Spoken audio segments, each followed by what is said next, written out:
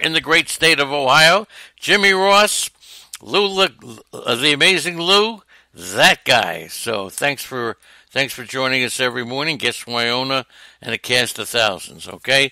So thanks for being. Let's go over the National League team by team. Let's do a mid-year recap, and tomorrow we'll do the American League. When we take a look at the Atlanta Braves, Ozzie Albies, remember, Ozzie Albies came into the midseason point flaming hot. The question is, can Ozzie Albies stay away from what happened to him last year when he fizzled out? Remember, so if you believe that Ozzie Albies will do what he did last year, now's the time to put him on the market. If you find an owner that may have, take a look and see who had Ozzie Albies last year. If he's the same owner that has him this year, just call the owner who has Ozzie Albies and say, look, I'll take a shot on Albies. Remember what he did last year when he faded. You'll be surprised how many people get affected by that. Okay? You'll be surprised. Luke Jackson, he's done a remarkable job as the closer. Atlanta is going to get a closer. I've talked to Atlanta beat writers. Will Smith is the name that jumps off the page. Most of the time, Atlanta will go ahead and get somebody to close for this team. And, of course, the big question mark here, what kind of a player will Austin Riley be? He burst on the scene with all the home runs. He's quieted down. It could be now second time around the league. Austin Riley may fade. If I had Austin Riley and I was looking for a pitcher, to solidify my position in my league, if I could afford to give him, I would get him. I would trade Austin Riley right now. Good keeper, no question about it. But second half of this year, I'm not confident in Austin Riley. Rookies tend to fade in the second half just because the travel, this is a tough haul.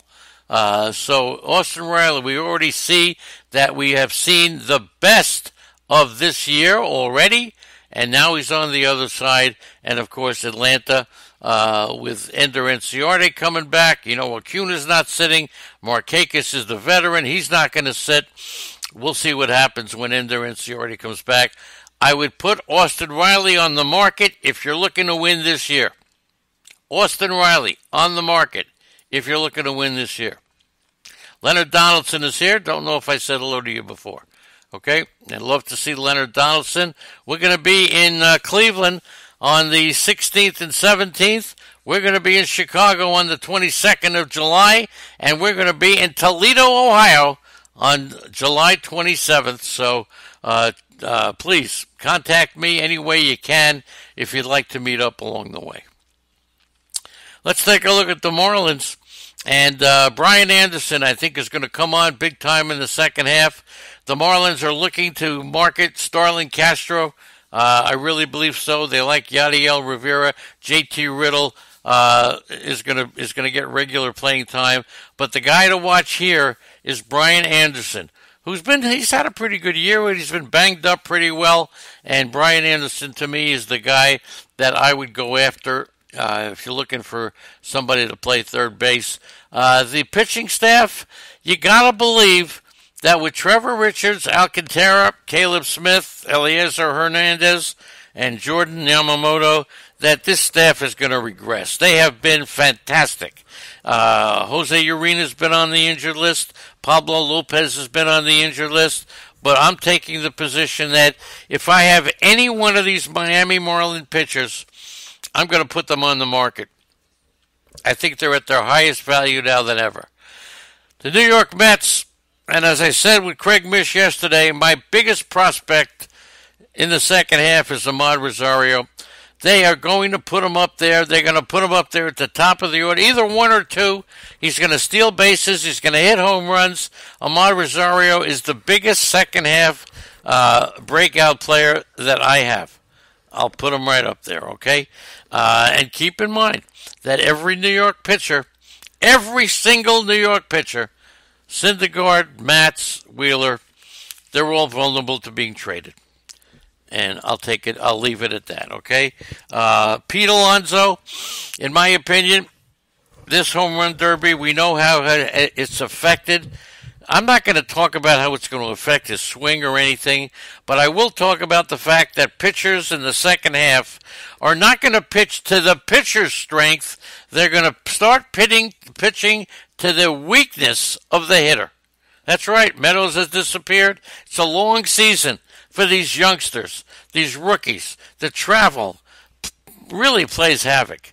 So I'm taking the overall position. Most of the rookies are going to fade in the second half to different degrees. Okay? I'm taking Robert Gesellman to get the chance to be the closer. I actually put a bid in for him. So Robert Gesellman. I don't know how long they can go with Edwin Diaz, but I do think that Gesellman has proven that at times he can do the job. I think he's going to get the chance. So if I'm looking to speculate for a closer, it's going to be Gesellman. All right. Don't forget, go up to Twitter at Lenny Melnick. See if you can vote on some of the polls that I put up. I find them to be fascinating, but I also find Andrew to be fascinating. The Philadelphia Phillies, the team in turmoil, without a doubt. Looks like they're going to get an extension out of JT Realmuto, but Miguel Franco, you just don't know what to make of him. I certainly don't think Jay Bruce is going to keep up the pace. I do like Kingery. I would put in a bid for Roman Quinn. I really do believe that Roman Quinn is going to see some time in the second half. The pitching staff, I think, is going to get better. No question. We've seen it from Aaron Nola. You all know to be careful of Jake Arrieta. Jared Eichhoff on the 10-day. The Phillies must get a pitcher. They must.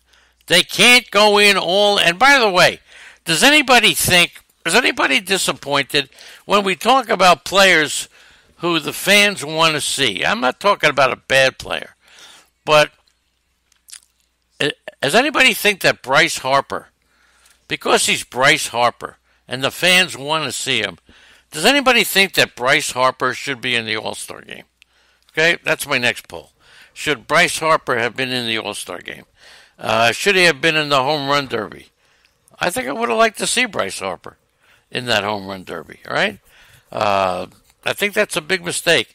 Baseball should have showcased there. He's probably, who do you think is a more, not recognizable because who do you think is a more known baseball player? Bryce Harper or Mike Trout? Who do you think the world knows more? Bryce Harper or Mike Trout? Who do you think the world would rather see? Bryce Harper or Mike Trout? Think about that for a second. No question that Mike Trout is the better player, but Bryce Harper has really networked himself into quite a personality. As far as Washington's concerned, this is the big one. Scherzer, Strasburg, Corbin, Anibal Sanchez, I think will continue his fray. I do think that Anthony Rendon should not have taken off this All-Star game. I mean, look, but Andy talked about the fact he's a free agent, risking injury. I don't know. You play the game when the fans want to see you, and they want to see Rendon. Absolutely.